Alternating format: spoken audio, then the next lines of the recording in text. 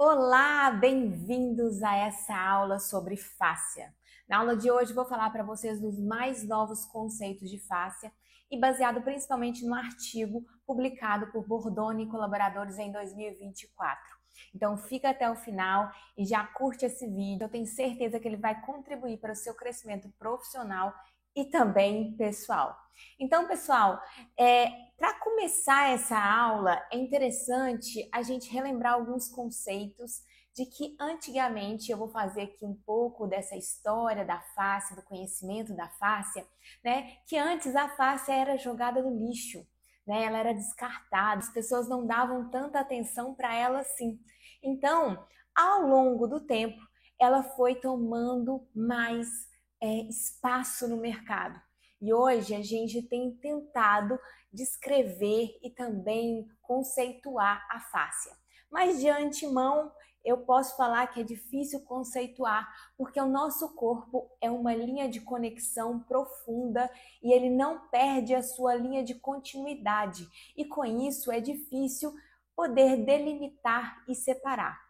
E é disso que a gente vai falar aqui nesse canal. E nesse canal a gente vai falar de vários tipos de conexão do nosso corpo, tanto da mente quanto das questões das emoções, mas também da face. Então bora lá, que a aula de hoje eu tenho certeza que você vai amar. Para quem não me conhece, meu nome é Maria Luísa, eu sou fisioterapeuta, PhD em Ciências da Reabilitação e representante da terapia Boe em circuitos corporais aqui no Brasil.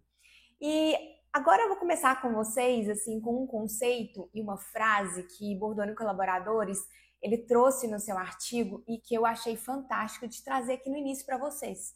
Então, assim, o corpo, ele não pode e nem deve ser visto como subdividido em planos e eixos, pois a tridimensionalidade das células em si não respeita as medidas ditadas pelos livros de anatomia, que a gente sempre aprendeu assim, origem, inserção e aqueles no plano sagital, no plano frontal, e na verdade existe um plano tridimensional, que é onde que eu quero que vocês compreendam. Então, não apenas todas as vias nervosas, vasculares e linfáticas passam pelos tecidos indiscriminadamente, sem necessariamente respeitar eixos e planos. E é considerando que essas vias são consideradas tecidos faciais. Elas também podem impactar no comportamento metabólico e mecânico do corpo. Essa extensão que a face atinge, ela ainda é desconhecida. Por quê? Porque esse tecido, ele recobre o nosso corpo desde o fio da cabeça até o pé e ele permeia. E as proteínas que fazem a sua constituição, elas penetram também dentro da célula, fazendo uma comunicação direta com o citoesqueleto e, consequentemente, também com o núcleo. Então, o corpo humano, ele não é um texto, não é uma ficha técnica. Se fosse tão simples assim, tudo seria padronizado como o mesmo efeito terapêutico. Todo mundo seria colocado numa caixinha, mas por causa da face e dessa comunicação fantástica que ela faz entre os órgãos e os diferentes tecidos do nosso corpo, faz com que a gente também tenha uma personalidade, um comportamento que é interligado ao comportamento dessa face e vice-versa. Então, essa clínica diária, ela nos diz totalmente ao contrário de que nós somos todos encaixados no mesmo padrão e que nós vamos funcionar de forma cartesiana. A fáscia nos permite mergulhar nas múltiplas possibilidades que a gente tem no nosso corpo. Então, vamos tentar conceituar a fáscia. Eu trouxe para vocês primeiro um conceito trazido por Schneip e colaboradores em 2012, que descreve a fáscia como o componente de tecido mole do sistema de tecido conectivo que permeia o corpo humano. Pode também descrevê-la como tecidos colagenosos, fibrosos, que fazem parte de um sistema de transmissão de força tensional amplo do corpo. A rede facial completa, portanto, inclui não apenas bainhas de tecido planar denso, como septos, envelopes musculares, cápsulas articulares, cápsulas de órgãos e retináculos, que também pode ser chamada de fáscia própria, mas ela também abrange densificações locais dessa rede na forma de ligamentos e tendões. Adicionalmente, ela inclui tecidos conectivos colagenosos, mais moles como a face superficial ou a camada intramuscular íntima do endomísio. O termo fáscia agora inclui a dura mater, o periósteo, o perineuro, a camada capsular fibrosa dos discos intervertebrais e as cápsulas dos órgãos, bem como o tecido conectivo brônquio e mesentério do abdômen. Então, quais são as características funcionais que a fáscia vai trazer para a gente? A fáscia vai unir, ela vai comprimir, ela vai proteger, ela envolve, ela separa. A fáscia tem funções sensoriais e a partir do nível microscópio, por exemplo, comunicação célula a célula, que a gente vai falar aqui nessa aula também, a gente vai ter um envolvimento de grandes lâminas faciais, tais como as fáscias torocolombar, que é a mais conhecida e que é estudada muito nessa relação de transmissão de força do grande dorsal com o glúteo máximo. A fáscia também é capaz de transmitir sinais elétricos para todo o corpo. O colágeno, que é um dos principais componentes da fáscia, ele demonstrou ter propriedades semicondutoras, piezoelétrica, que isso é extremamente importante para nós como fisioterapeutas, e também fotocondutoras. A fáscia desempenha um papel dinâmico na transmissão de tensão mecânica e pode contrair como um músculo liso. Ela tem células extremamente importantes, que são os fibroblastos, que são as produtoras de colágeno, os fasciocitos, que são as células mais novas, mais descobertas aí, que são responsáveis pela produção de ácido hialurônico, e também os fibroblastos, que também se transformaram em miofibroblastos, que se transformaram por causa de uma necessidade do corpo, e isso vai ser um parâmetro para a gente entender lá na frente se aquele tecido está sofrendo algum tipo de sobrecarga mecânica, inflamatória ou metabólica. Por quê? Porque depois que passasse esse processo, era essencial que essas células entrassem em apoptose, mas se torna crônico, acaba predominando naquele tecido. Então, a gente consegue ver em algumas lâminas também o que é a presença desses miofibroblastos. Então, a fáscia ela deve permitir o deslizamento dos tecidos. E quando ocorre alguma densificação, ou mesmo que a gente pode falar que é tornar o tecido mais no aspecto de gelatina, né?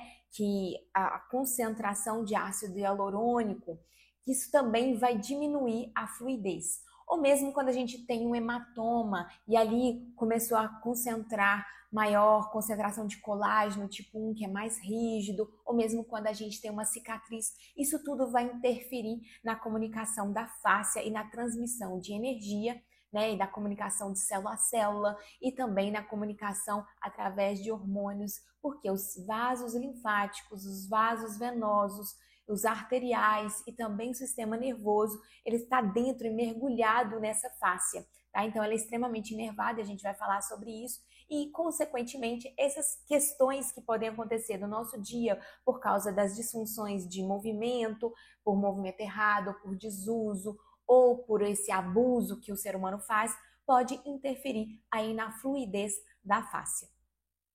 A fáscia também, ela é um tecido que nos ajuda não só a transmitir a energia, mas também a armazenar a energia. Então, a fáscia, ela reveste e conecta estruturas, fornecendo um sistema tipo de andaimes. E quando a gente vê uma aula especificamente em propriedades biomecânicas da fáscia, vocês vão entender melhor essas propriedades e por que tem muita gente aí no mercado fazendo mais mal para a fáscia do que bem, porque ela tem que ser respeitada. Ela é um dos órgãos mais inteligentes do nosso corpo e também é um dos órgãos sensoriais maiores presentes no nosso corpo. Então, ela deve ser muito bem respeitada, tá?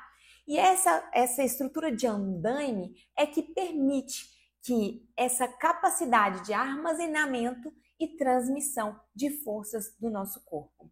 Então, só para vocês terem uma ideia, a fáscia ela vai penetrar para dentro das células musculares. Então, só para vocês terem uma ideia dessa capacidade de andaime e de comunicação celular e transmissão de força que a fáscia tem, então, se eu isolar um músculo e tirar as estruturas da fáscia que penetram na musculatura estriada esquelética, o músculo ele não teria a função de contração, porque existe uma comunicação entre os sarcômeros e as suas bandas, e essa comunicação que a gente vai estudar em algum vídeo aqui, que eu tenho certeza que se você gostar dessa aula e curtir essa aula, eu vou trazer esse mecanismo intracelular maravilhoso que existe entre o meio extracelular e o intracelular e a comunicação que existe entre os sarcômeros, que é uma coisa maravilhosa que os cientistas descobriram, essa obra divina. Então, essa comunicação, se ela é rompida, o músculo ele não contrai. Olha para você que fantástico que é essa face do nosso corpo. Então, essa transmissão de força ao longo desse tecido, ela vai ser subdividida em 3 formas, tanto intra, quanto intercélula, quanto extracélula.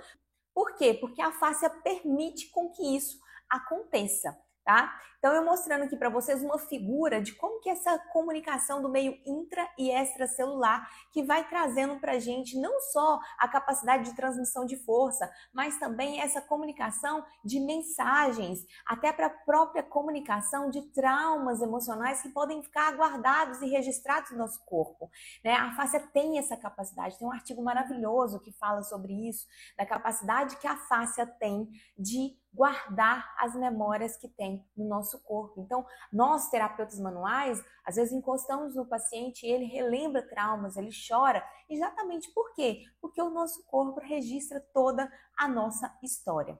Então, eu estou trazendo aqui mais um artigo de Bordoni e colaboradores, que ele fez também junto com Tom Myers. Tom Myers é um pesquisador fantástico que vai trazer para a gente uma ideia de cadeias musculares, não só trabalhando com os músculos isolados, tá? Então, essa face, ela tem propriedades biomecânicas bem importantes na regularização do tecido conjuntivo. E nós vamos trazer aqui essas propriedades biomecânicas. Se você curtir esse vídeo e gostar desse vídeo, eu vou falar muito sobre essas propriedades biomecânicas.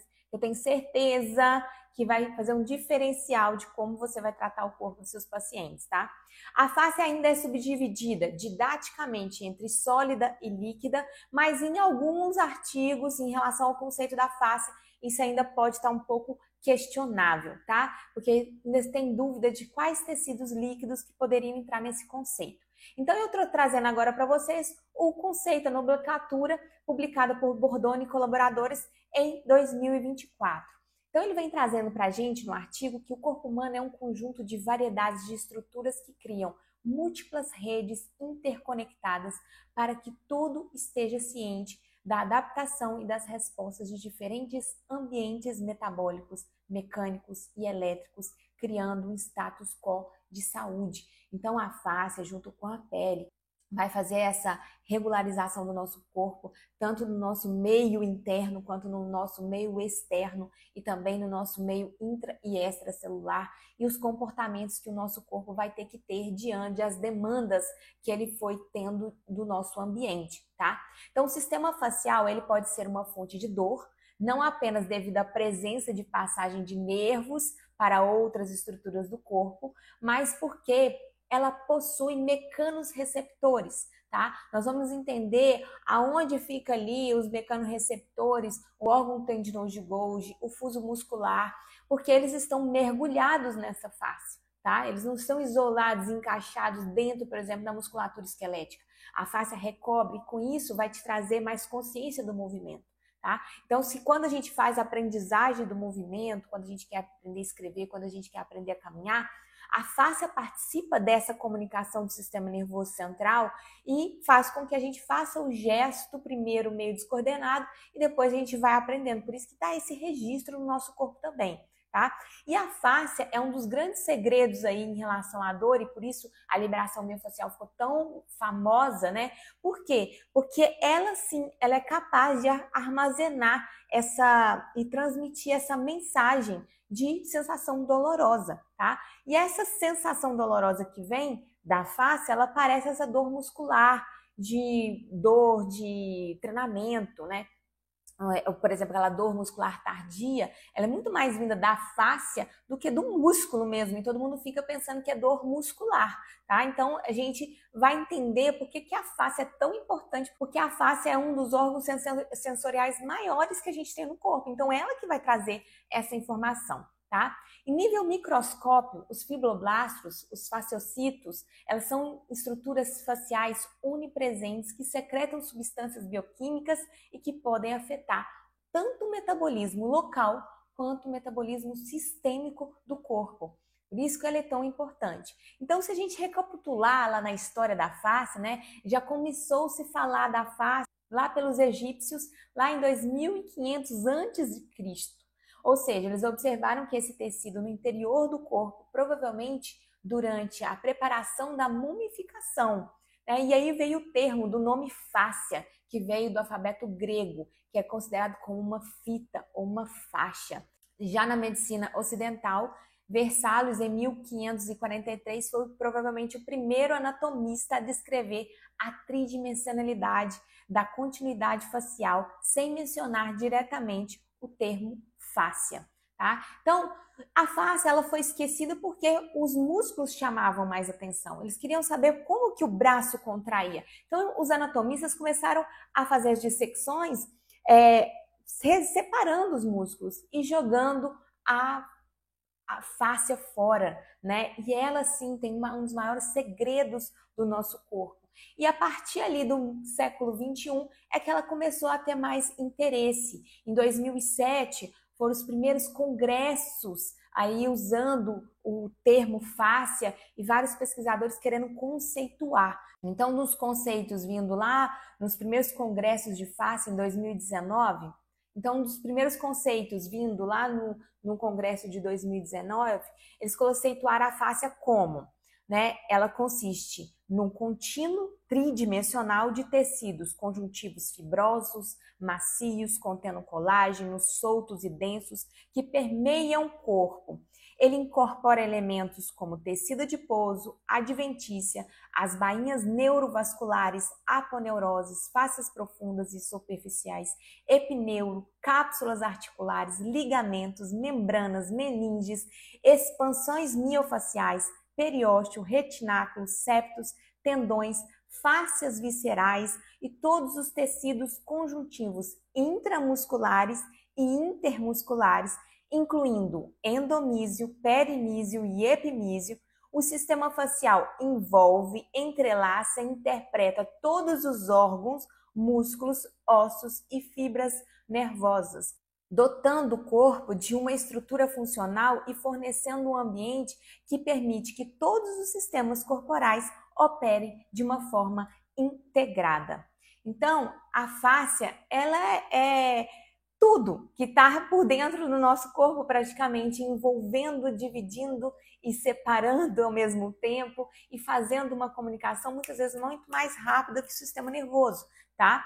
Então, mas ainda existem alguns conflitos em relação à colocação de alguns tipos de tecido na fáscia, porque esses tecidos, eles apresentam alguns comportamentos mecânicos muito similares e são considerados tecidos conjuntivos, tá? Então, por exemplo, o tecido ósseo, o tecido adiposo, eles têm características biomecânicas e células iguais à da face. Então, ainda tem um conflito se é necessário colocar ou não colocar esses tecidos dentro do conceito da fáscia. O sangue e a linfa, eles também vão se enquadrar dentro do conceito de tecido conjuntivo facial especializado, mas por alguns autores, eles também não consideram esses dois tecidos, o sangue e a linfa, como tecido facial, tá? Então, a fáscia, ela, por permitir, né, por ela ser dividida como fáscia líquida, fáscia sólida, né, ela tem essa complexidade em relação aos seus conceitos, mas ela, pela sua substância fundamental amorfa, ou seja, que ela não tem uma forma bem definida e a substância fundamental amorfa que está presente nesse meio extracelular, né, ela vai permitir a passagem de fluidos corporais entre as diferentes regiões do corpo e tem impacto significativo nas respostas mecano-transdutiva dos tecidos e células com as quais os mesmos fluidos entram em contato. Então, ela vai dar direção, volume, velocidade, viscosidade e pressão que causam adaptações específicas para cada indivíduo.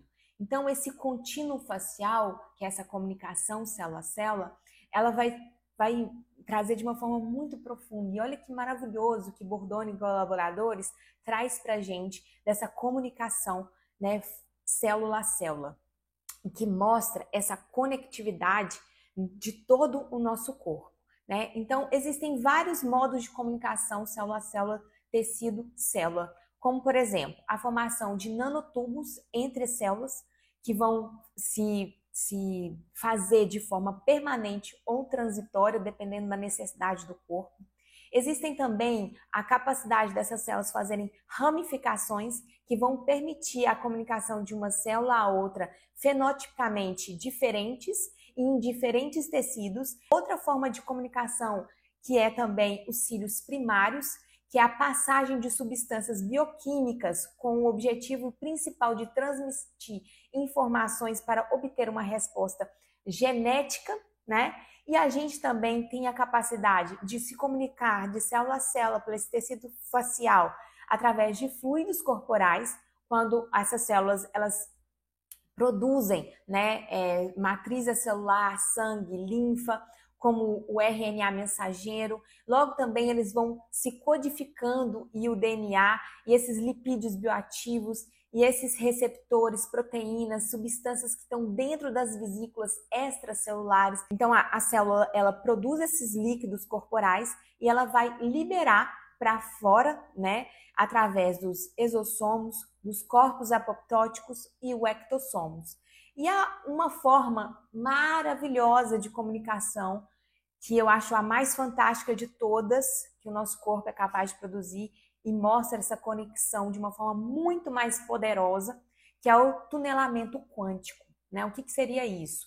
A travessia de uma membrana por elétrons, ou seja, todas as vezes que ocorre uma passagem de elétrons no meio intra e extracelular, através daquelas proteínas de membrana, quando a gente estuda lá em citologia, ela vai fazer com que ocorra uma interação de estimulação de adaptações células sem excitação prévia desses receptores. Então, existem essas membranas, essas proteínas de membrana, que permitem essa passagem do meio de íons do meio intra e extracelular. E toda vez que esses elétrons eles se movem e a célula fica excitada, um campo magnético é gerado. E a mudança de posição ou número de elétrons gera um campo elétrico, gerando então um campo eletromagnético. Olha que fantástico!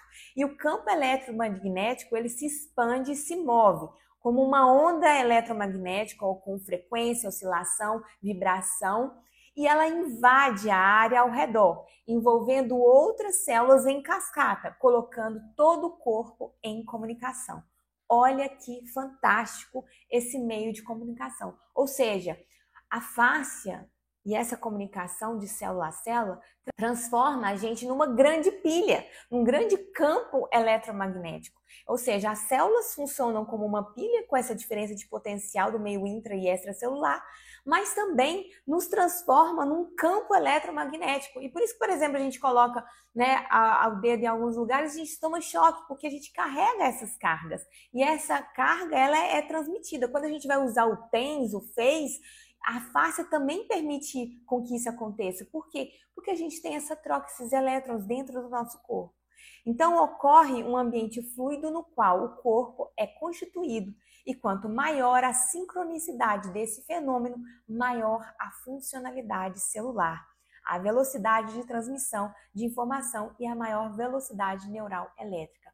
Gente, eu não sei se vocês me conhecem a fundo, mas eu ministro um curso que chama Circuitos Corporais e a gente usa esse mecanismo de comunicação celular através de uma comunicação com o corpo e a gente consegue descobrir de uma melhor forma a causa das disfunções. Por quê? Porque se existe uma célula disfuncional, essa comunicação que é gerada através desse campo eletromagnético, ele está afetada. E essas células doentes, elas começam a vibrar numa frequência alterada. Então, a gente consegue regularizar a frequência de vibração dessas células doentes, dessas células dolorosas, em células sadias e com isso sanar a dor do paciente que está instalada na desorganização do tecido facial. Olha para vocês que fantástico que nós temos a capacidade, apenas usando a nossa mão, de ter acesso a esse campo eletromagnético.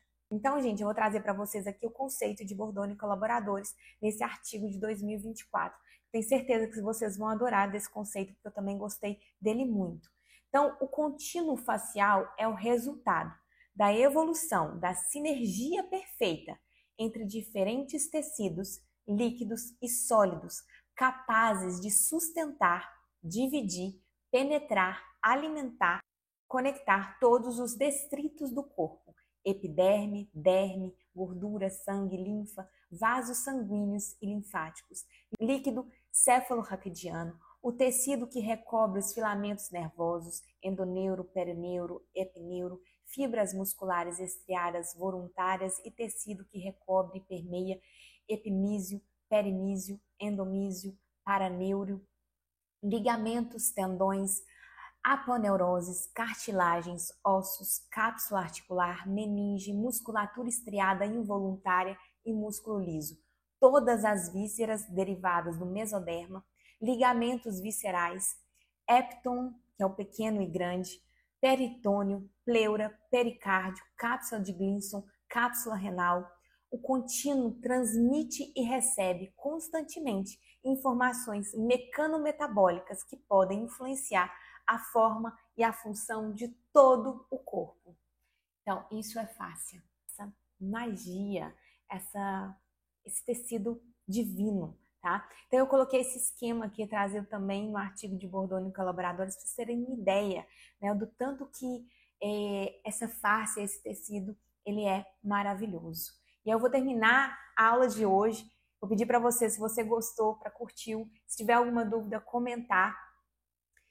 Agradecendo aqui a presença de vocês, mas também terminando com uma frase que eu adoro, que ela foi feita por Andrew Taylor Still, que é o pai da osteopatia, né? Então, a fáscia, ela é a estrutura que dá vida, é onde vivemos e morremos.